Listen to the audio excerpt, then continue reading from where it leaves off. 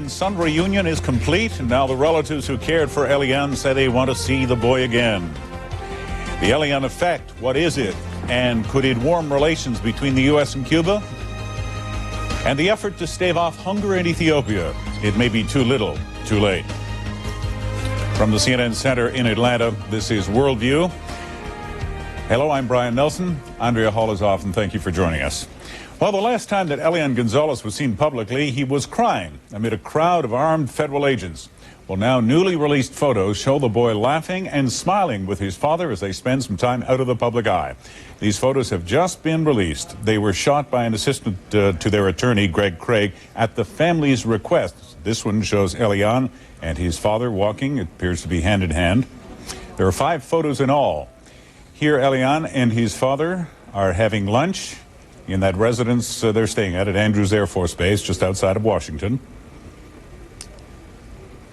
Here's another with the father and son in an embrace. And from all appearances, they appear to be very happy. This is a family photo on a park bench with Elian and his father, and then his stepmother, Nursey, and half-brother, Yanni. Father and son here playing kickball outside of the grounds of Andrews Air Force Base. Again, there are 5 pictures. They were released by the family after an assistant to their attorney took them, and they were developed by the Associated Press and released to the media on a pool basis. Elian's relatives from Miami are in Washington. They have made several unsuccessful attempts to see Elian. An attorney for Elian's father says that Elian and his father need some time alone. Elian's cousin says that she does not understand why the government used force to take the 6-year-old away from them. I stand here today to ask every American, don't let the president or Reno stand on TV and lie to you.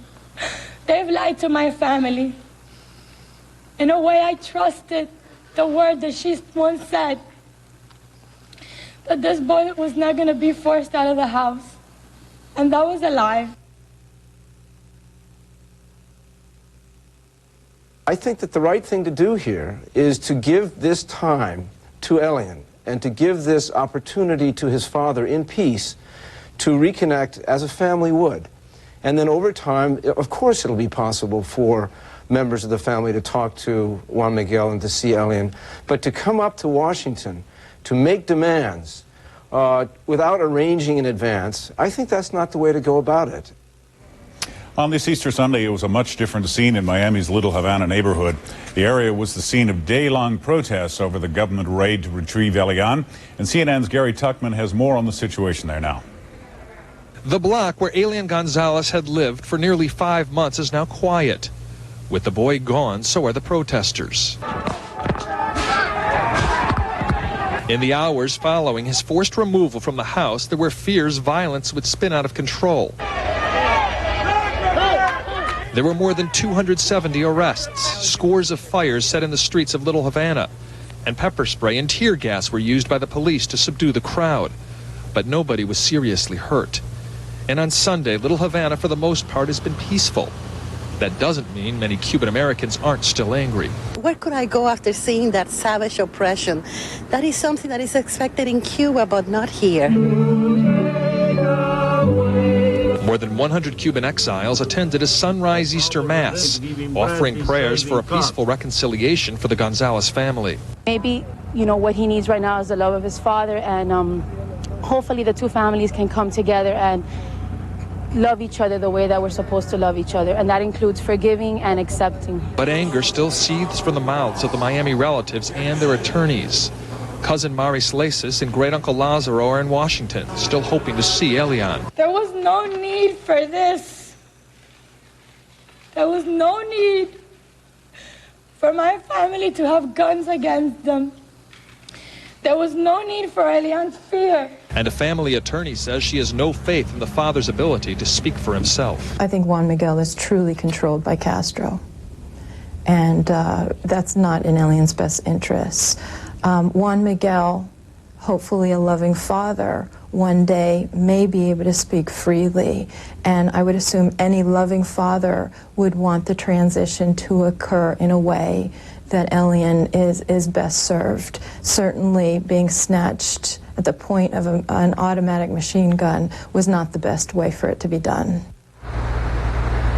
It's fair to say that opinion is shared by most here in Little Havana. People who woke up yesterday stunned to hear that Elian was gone, and in most cases, remain stunned. Now, during that news conference earlier today, cousin Mari Slaces also said she believed the photo from yesterday of Elian smiling with his father was doctored. And now many people here are saying that too. We will wait to hear their reactions about these new photos that have just come out today. Elian is gone from Little Havana, and in his place has come a lot of sadness. Many people here in this neighborhood, aside from their politics, day after day, walk past the house where Elian was staying just to the northeast of us. And because they were there every day, they saw Elian playing on his swing set, playing on his slide, kicking a ball around, playing on his electric car. And many of the Cuban Americans who live here feel like they lost their own kid. This is Gary Tuckman, CNN Live in Miami. All right, thank you, Gary. Elian's situation has Republican and Democratic leaders placing blame and pointing fingers today. CNN White House correspondent Kelly Wallace looks at the political fallout from this case. One day after federal agents removed Elian Gonzalez from his Miami relative's home, Republican lawmakers called for congressional hearings. This is a frightening event that American citizens now can expect that the executive branch on their own can decide whether to raid a home. Hearings on Capitol Hill could keep the Gonzalez case in the spotlight as the presidential campaign heats up. This is politics, is the way it's played, hearings like this, but they're not going to make any difference. Vice President Gore's aides say he wasn't involved in the decision to remove the 6-year-old boy and only learned about it after it happened. Still, Republicans say Gore needs to take a stand. Where's Al Gore on this thing? Is he going to step up and say something has to be done to get the two families together? Earlier this year, Gore broke with the administration, endorsing a bill granting permanent residency status for Elian and his Cuban family. Political analysts say polls show most believe Gore's break was all about appeasing Cuban Americans in Florida. The big problem for Al Gore is that he looks like a politician who will say whatever he needs to say in order to get elected. In a CNN Gallup poll conducted after Elian was removed, roughly 1/4 approved of the way Gore handled the Gonzalez case, more than 40% disapproved. But Gore's aides say their internal polling shows the Elian matter has had no impact on the vice president's numbers. In fact, his position isn't that different from his Republican opponent, Texas Governor George W. Bush. Political observers say Elian Gonzalez isn't likely to be an issue in November. They also say while nobody comes out a winner in this case, Gore could suffer some long-term damage if voters view his break with his boss as more about politics than beliefs. Kelly Wallace, CNN, the White House. Cuban President Fidel Castro said that Saturday's reunion of Elian Gonzalez with his father represented a one-day truce between Cuba and the U.S., but could the U.S. government's handling of the case lead to a thawing in relations between Havana and Washington? Joining us now to discuss that possibility is William Rogers, the former Assistant Secretary of State for Inter-American Affairs. Mr. Rogers, thanks for being with us. I'm delighted to be here. By the standards of American-Cuban relations, I think what Mr. Castro said yesterday might be termed or deemed conciliatory. But does this represent a diplomatic opening in your view? Oh, no, I don't think so. In fact, I think in all likelihood, the Gonzalez case is probably going to make the relationship even more rigid. I think the possibilities of any further amelioration of the embargo, opening up of opportunities for more family visits and so forth, which many people have been advocating, are now even more remote. I doubt if this administration will take any such moves before the election, and I don't see very much prospect for the Republicans to be urging such moves. Why not? I mean, well, first of all, also, we're only probably 7-8 months away from the election, so this is not all that far off that we could have a change in opinion once the election's out of the way. Right, but I think what has happened is that the Miami Cuban community have demonstrated their capacity for making their voice heard. And the administration has not been terribly courageous about modifying the strict embargo that's laid down by the Helms-Burton Act up until now. Just a few months ago, they turned down what many people thought was an opportunity, a golden opportunity for the administration. That was to establish a bipartisan commission to look at the issue of U.S.-Cuban relations from the bottom up without preconditions. They turned that down in large part because the Cuban community objected and thought it would be a Trojan horse. That, I think, the capacity of the Cuban community to make their voice heard, as I say, has now been considerably amplified as a result of the experience with the Gonzales case. So I see very little likelihood of any further flexibility with respect to U.S. policy towards Cuba. I don't see any possibility of liberalization in Havana politically, and therefore I see a greater prospect of more frozen relationship in the months to come. It's just about the U.S. embargo right now. Do you detect any signs of fatigue with that embargo here in this country, either among the political class or among the general population? I think there are very few people in the political class, very few political leaders who are prepared to speak out in favor of a relaxation of the embargo in any sense. I and my colleague, former Assistant Secretary Bernie Aronson, we headed up a task force, the Council on Foreign Relations with respect to Cuba, have been advocating personally a relaxation of the present limitations on travel to Cuba by Cuban Americans. They can only go at the present time once a year and then for family emergencies only. We think, have thought for some time, that a liberalization of that policy would be distinctly in the interests of both countries and certainly of the United States. I see very little likelihood that any of those measures are going to be accepted in the meanwhile, and it bothers me a very great deal. Well, thanks for taking time to share your views. William Rogers, former Assistant Secretary of State. Glad to be here. All right, next on WorldView, Jordan's king makes a low-profile visit to Israel, his first since assuming the throne, and we'll have the details.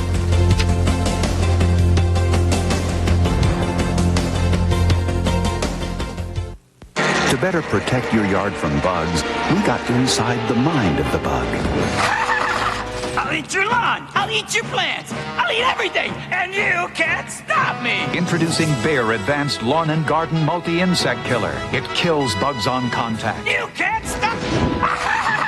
Maybe you can. And protects your lawn and garden from all kinds of insects for weeks. What happened to that guy? Bayer Advanced. Better thinking, better results.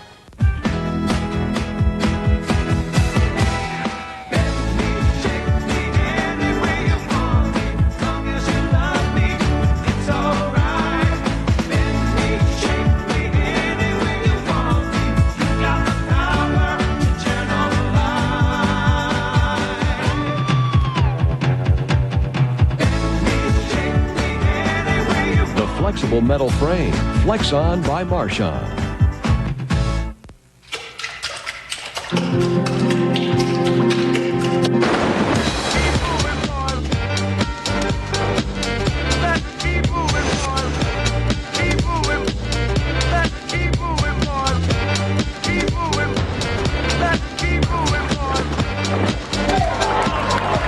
Thank heavens for turbos.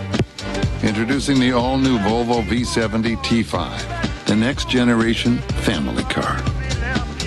BNP Paribas Group, a highly diversified international bank with global knowledge and local market expertise, gives U.S. investors access to global markets. Discover BNP Paribas Group, a solid platform for informed, innovative solutions.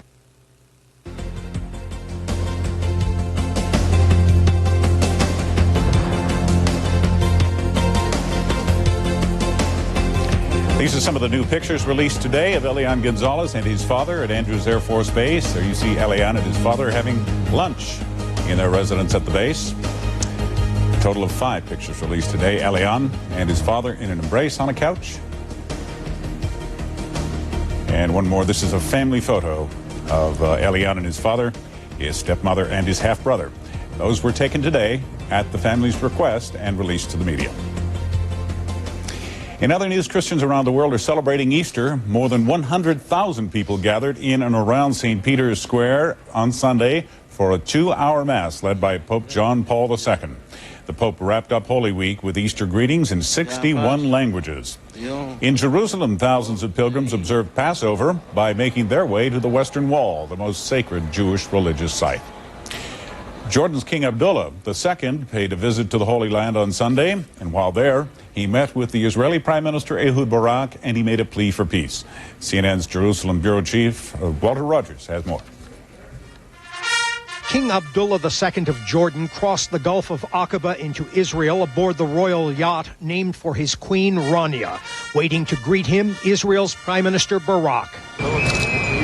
It was the new Jordanian monarch's first state visit to Israel, and it reflected Jordan's anxiety over the slow pace of peace talks between Israel and the Palestinians. Over 60% of Jordan's population is Palestinian. I am very hopeful that this year will witness a breakthrough that will give hope to the Palestinians in the justice they seek, and to the Israeli people in the security that they desire.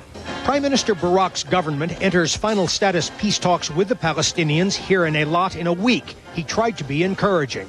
Israel views this current stage as historic opportunity to arrive at comprehensive and lasting peace with all its neighbors. 1.5 million Palestinian refugees live in Jordan. What happens to them in the peace talks is crucial to the Jordanians.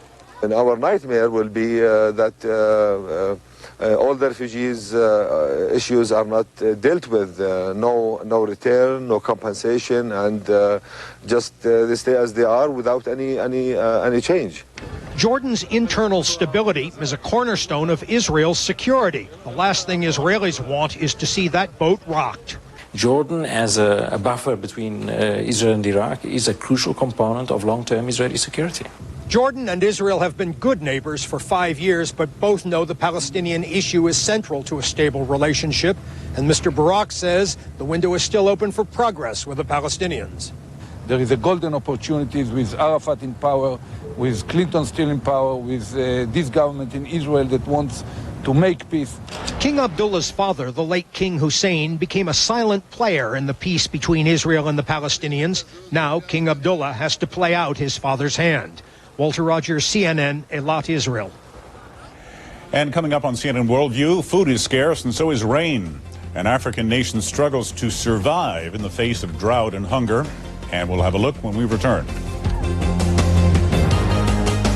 Okay, sweetie, on your toes. Swing through the ball, through it. Eye on the ball, hun. We're working on the forehand. Okay, let's try backhand. We'll work backhand. Okay, you just need to connect with the ball. Let's stay in the game, sweetheart.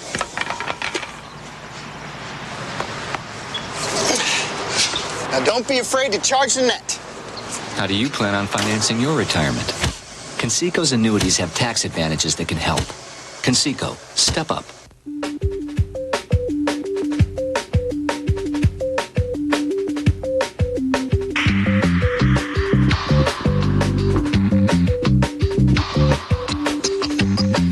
It's not every day someone asks how long your torso is.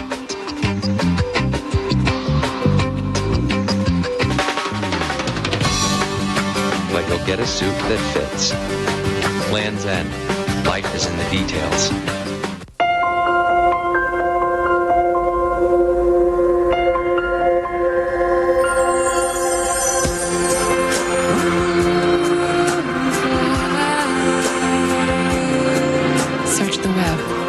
Most comprehensive search engine and get more relevant results, all organized into neat little folders.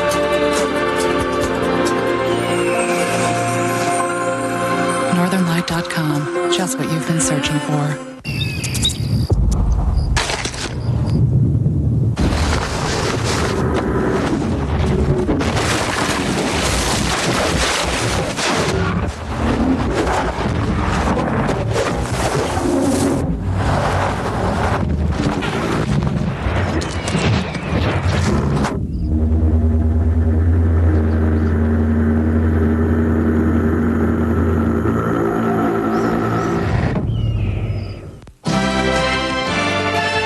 Watching you, CNN.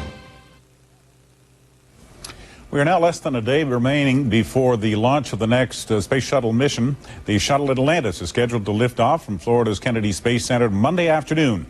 The astronauts will spend this mission making repairs to the International Space Station, which is now under construction, and they will also nudge the slipping structure into a higher orbit. We're at 20 past the hour now. Let's get a check on the nation's weather and look into the weekend. But first, we got some severe weather around. And here's Chad Myers with the details. Chad? Brian, we sure do. Arklatex, all the way from about southern Oklahoma into Arkansas, Louisiana, and Texas. You can begin to see the blow-up of colors right down here in that area. And if you're anywhere in parts of Arkansas, eastern Oklahoma, Louisiana, or eastern Texas, you really need to pay attention this evening. Tornado watches and quite a few warnings still to talk about. Some rain showers, a raw day in the northeast, not very pleasant up there. It gets better tomorrow. A couple of rain showers in the Intermountain West. They will finally roll into the Central Plains and then really die out for tomorrow afternoon. I want to zoom in on the area, though, that really we're worried the most about. With these boxes here, the red boxes, tornado warnings. Look at the size of these supercell thunderstorms, possibly tornadic storms. One near Longview has moved toward Marshall. Very heavy storm over Marshall, Texas, just in the past 15 minutes. And all of this weather is moving to the east at about 20 miles per hour. We still have warnings for Harrison County, Texas. Now, that would be for the city of Marshall. Also, now still the tornado warning in effect until 7 p.m. Eastern or 6 Central for southeastern Howard County in Arkansas and for the northern Caddo Parish in Louisiana. As this entire system, this entire event moves to the east at about 30 miles per hour. Keep your guard going here in the east. By tomorrow morning, stormy weather is in Mississippi and Alabama, and this could continue all night long. So if you're in Mississippi, Alabama, keep your guard up too overnight. Keep a radio on, or one of those severe weather radios if you have it. Otherwise, the storm moves up toward the northeast by Tuesday and into Tuesday afternoon. Things will look a lot better across parts of Texas with sunshine again. Brian, back to you. Thanks, Chad. The Prime Minister of India is asking his own citizens for help to deal with a catastrophic drought. An estimated 50 million people are affected by the drought, and they don't have enough food or water. India has received federal aid, but the Prime Minister says it is not enough. He's appealing to his country's residents to contribute to a national relief fund. A shortage of water and food is also plaguing northern Ethiopia. What food they do have is being rationed with the hope that it will last. CNN's Catherine Bond reports from Ethiopia's northern highlands, an area in desperate need of help. They're ploughing now in northern Ethiopia for a harvest they may never reap, because although it's raining, it's unlikely that seed planted this month will survive autumn rain and winter frost.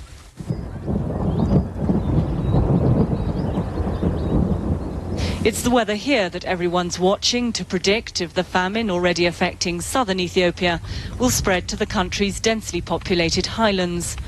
For the fourth year running, the bell grains that would have brought a May harvest are 3 months late. But out of the 77,000 people, local officials say need food aid in this district. The government says it's only got enough for half. As you can see here, there are lots of people. It doesn't mean that all of them will get food.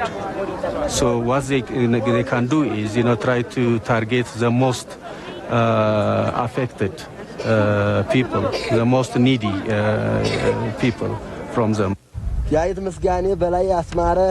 If your name's on this list, you get food aid. If it's not, you don't. Wheat, donated by the European Union, but once sacks are split open, a full ration for 4 people has to be shared by 8. The farmers who've walked for several hours on an empty stomach to get here say it won't last long. There are 9 people in my family, says Degenye. 9 people at 12 kilos each comes to 2 bags. We'll finish that in 15 days. These distributions have been needed since last May, signalling a chronic emergency, one that's put people on the road looking for food. This woman says her baby has nothing to eat, but because she's homeless, she's not on the list here or anywhere else. I'm crying for help from the authorities, she says.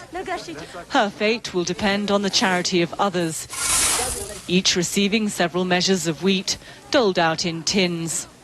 This is the sort of thing the Ethiopian government says must happen month after month from now until the end of the year to prevent hungry people from starving.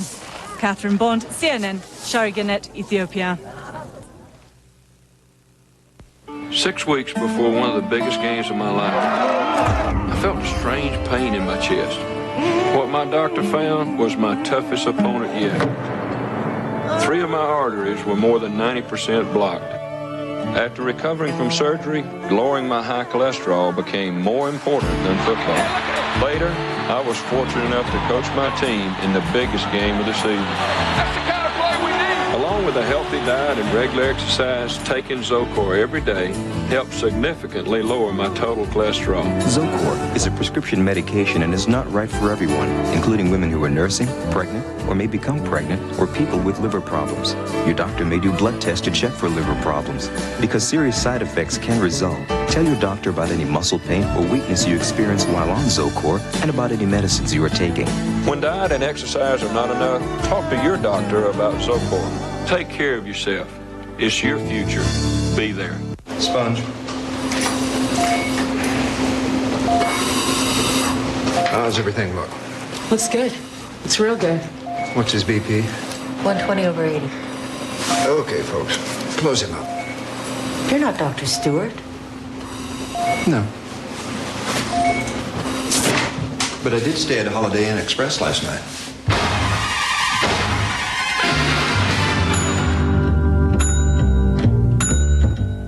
BNP Paribas Group, a highly diversified international bank with global knowledge and local market expertise, gives U.S. investors access to global markets. Discover BNP Paribas Group, a solid platform for informed, innovative solutions.